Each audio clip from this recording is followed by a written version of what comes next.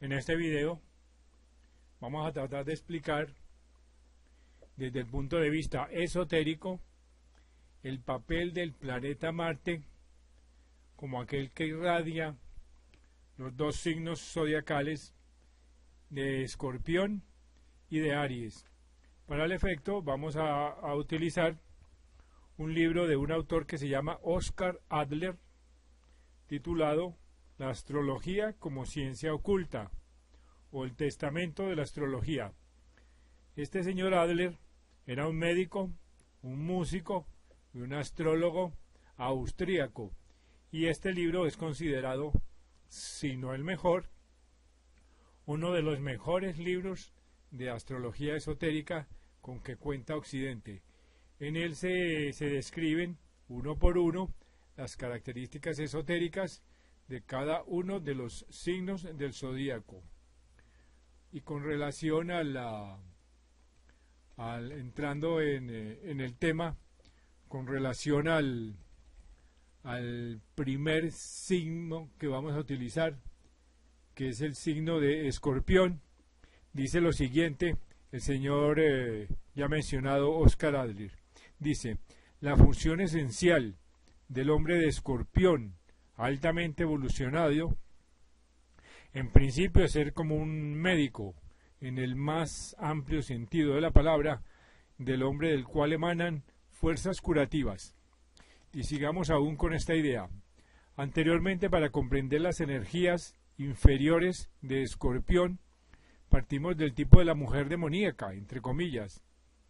Pero partamos ahora para captar las energías superiores del tipo de Escorpión,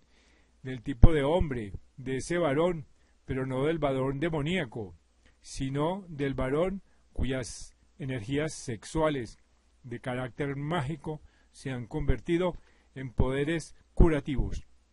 De esta persona parten fuerzas sexuales que no obran en lo erótico. ¿Acaso la mejor comparación que se puede hacer a su respecto sea la de confrontarlas con aquello que algún autor, Jagger, llama la fuerza de la supervirilidad, por la cual, y en el sentido traslaticio de la palabra, se produce entre el portador de tal fuerza y el destinatario de la misma una relación similar a la que media entre la mujer demoníaca y las víctimas por ella esclavizadas, sino que las fuerzas que obran en aquel caso de supervirilidad se convierten en fuerzas conductoras a las que les está dado inocular al prójimo la sustancia inyectable, el antídoto constituido por la etapa superior de la evolución lograda por transformación propia, formándolo de este modo como por el poder ennoblecedor de un mimetismo mágico a su imagen y semejanza. También estas fuerzas poseen en alto grado el don de la fascinación, el don de atar al prójimo. Es de ellas que parte la formación de la figura ideal, que asume el círculo por ella dominado, como impulso evolutivo de efecto orgánico, en cuyo obrar se restablecen siempre de nuevo, rejuvenecidas, las energías vitales. Y del mismo modo en que los órganos sexuales, dentro de la organización de nuestro cuerpo físico, parten las fuerzas que los regeneran siempre de nuevo, es deber del hombre de Escorpión, altamente evolucionado, el constituirse en fuente rejuvenecedora de la humanidad. La forma en que Tauro y Escorpión se complementan entre sí no nos parece necesario exponerla ya en detalle. El problema correspondiente es explicar cómo es que evoluciona Escorpión, y el planeta correspondiente a Escorpión es Marte. Sin penetrar prematuramente en las investigaciones sobre el carácter astrológico de la radiación de Marte, dice el señor Adler, podremos con todo observar desde ya que nos encontramos frente a una energía planetaria que forma un contraste firmemente delineado con respecto al principio de Venus correspondiente a Tauro. Venus era el representante de lo eterno femenino,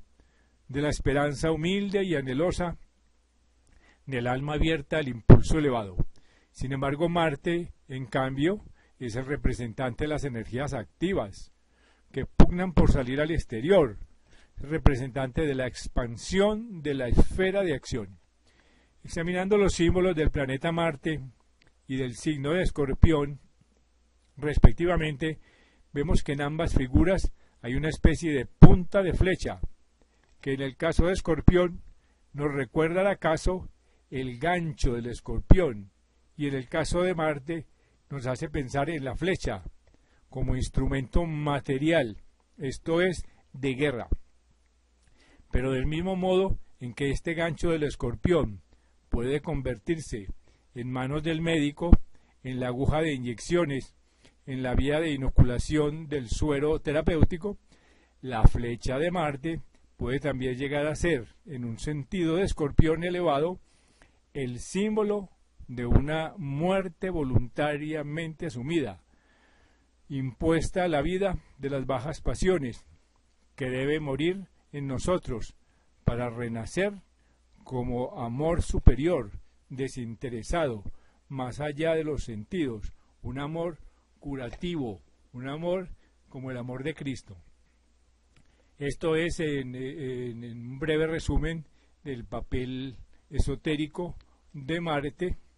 con relación al signo de Escorpión. Y ahora vamos a analizar también muy brevemente el papel de este planeta en el signo de Aries. Aries, todos sabemos que es un signo de fuego, y que los signos de fuego tienen como función mejorar y examinar la moralidad del ser humano. Dice lo siguiente el señor Adler en relación al signo de Aries. Dice: el planeta transmisor de las fuerzas de la radiación de Aries es Marte, en su polaridad positiva. En Marte reposa la fuerza de la decisión. También podría llamarse a esta fuerza la fuerza de la espada desenvainada, del poder capaz de abrir y hacer saltar una cerradura.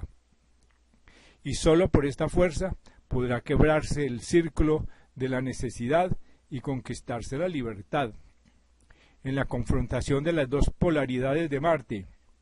en sus calidades de señor de Aries y de Escorpión, se repite la conocida exposición entre las energías del deseo y las de la voluntad, o las energías de la espada aún envainada y las de la espada ya desenvainada, como caracterización de la decisión ya tomada. Y luego examina el señor Adler las cualidades de lo que vendría a ser el hombre de Aries, más elevado. Dice: la diferencia entre el hombre de Aries superior y el hombre de Aries inferior es que el hombre de Aries superior obedece a un imperativo moral que le confiere la fuerza de ser un conductor, al permitirle ser partícipe con la fe indestructible de la fuerza moral de su ideal, del don de ver un camino donde nadie lo viera antes que él, y capacitarlo para transmitir este don a los otros, a la sociedad. Y de este modo, el hombre de Aries, como un segundo Moisés, llevará a su pueblo sano y salvo a través del mar, y acertaría a dividir las aguas como muro a la diestra y a la siniestra. Así que el hombre de Aries, cuyo órgano principal es la cabeza, y afirma lo siguiente el señor Adler a este respecto: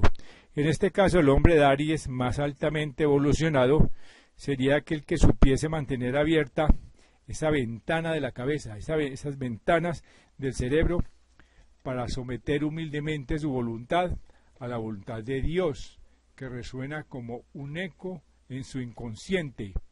como la luz repercute en el ojo solar, a fin de que tal hombre de Aries no olvidase jamás